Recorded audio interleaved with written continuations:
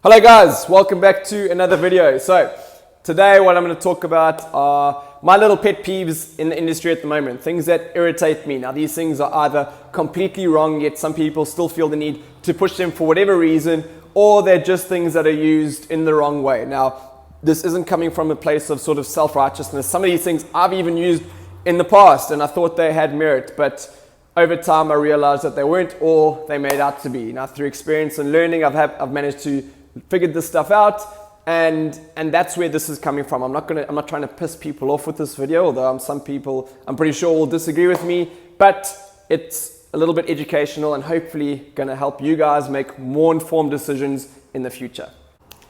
Number one, first little pet peeve for me at the moment is the whole idea of functional training. Now, bottom line is that what's functional for a person is completely subjective, is going to differ from person to person. What's going to be functional for me is different to what's functional for your mom, different to a professional sportsman, etc., etc. So because of that, there's absolutely no reason and no way that there could be an idea of training functionally. However, when people use this term functional training, it's usually because of one of two, or they're usually trying to describe one of two things. Now, the first one is going to be somebody standing on a Bosu ball doing some exercise at the same time, working your core muscles, working your shoulders, whatever it is at the same time. This is functional, when in reality it's not. It's not going to help you become more capable, more functional outside of that silly circus trick that you're doing at that time. The only thing that could possibly be considered functional training is literally just getting stronger. The stronger you get, the more capable you are, the more you're able to do, and that might be considered functional training. Everything else is just a circus trick. Now, another sort of scenario that people like to use as functional training is like a squat to deadlift and stuff like that, how it emulates movements that you use in the real world. Bullshit. They'll say like a deadlift is picking up grocery bags off the floor, and that's why it's functional, which is wrong. It's not true. A deadlift is functional because we're able to move a lot of weight with that movement and thereby get stronger. If it was somehow linked to picking up your grocery bags, you would never be able to pick your grocery bags unless you learned how to deadlift, and everybody who didn't know how to deadlift would hurt themselves picking up a grocery bag. So deadlifts and that type of thing are not functional because they emulate everyday movements. They are functional because they help you get stronger. Number two, second little pet peeve at the moment has to do with supplements, and specifically things like fat burners, skinny teas, those types of things. Now, these things do not work the way they say they do. It is complete rubbish. I don't think you can blame the person who's selling it to the consumer at the end of the line there. I'm pretty sure they probably completely believe that this product does what it says it does. I think there's somebody further up the line who's the snake oil salesman who knows that he's talking crap, yet he still wants to just make shit tons of money, and that's the person to blame. Now, besides that, the reason these things don't work is because the only way you're going to lose weight, and I've mentioned this many times before, is through a calorie deficit and your body requiring fat stores, the energy in those fat stores to burn them off, and that's how you're going to lose weight. Now, you can't take a product that just miraculously dissolves the weight that you have in your body. That's not how it works.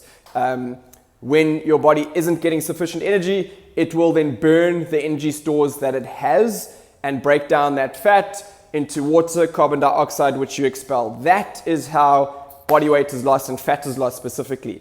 The reason these products work is essentially just because they are appetite suppressants. So they stop you wanting to eat so much food. So what happens is your body then starts to use those fat stores and break it down. So indirectly, it does work. The problem is the ingredients they use in these products are not tested very well, so we don't know the long-term effects of what could happen. The other thing is there are better, safer methods to get the same thing. Education, learning how to eat and how to limit what you're eating is going to be a far more sustainable approach to this, yet you can't sell that in a product, and that's why these things still exist. That is number two, guys. Pet peeve number three is high intensity interval training, HIIT, HIIT training, guys. Now, the reason this irritates me is because most of the time the stuff you see online and the way people push it is completely wrong. It's not high intensity interval training. Now, what you'd usually see is something like 45 seconds work, 15 seconds rest, times 20 minutes. And it'll be movements like burpees, box jumps, bodyweight movements, stuff like that. Now, the problem is high intensity speaks of intensities 85%, 90% and above. That is high intensity.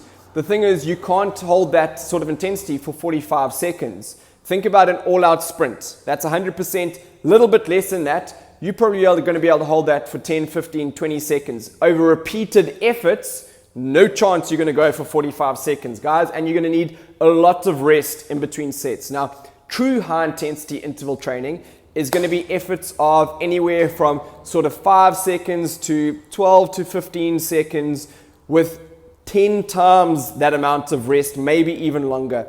That's true high-intensity interval training. Now, that is very different to the type of stuff that we see online all the time with the Instagram workouts, that type of thing. So that's why that one irritates me, because it's just done completely wrong. And you guys get a bonus pet peeve: Herbalife, shit products, pyramid scheme. That's it. Right, guys, thank you for watching. I will see you all next week.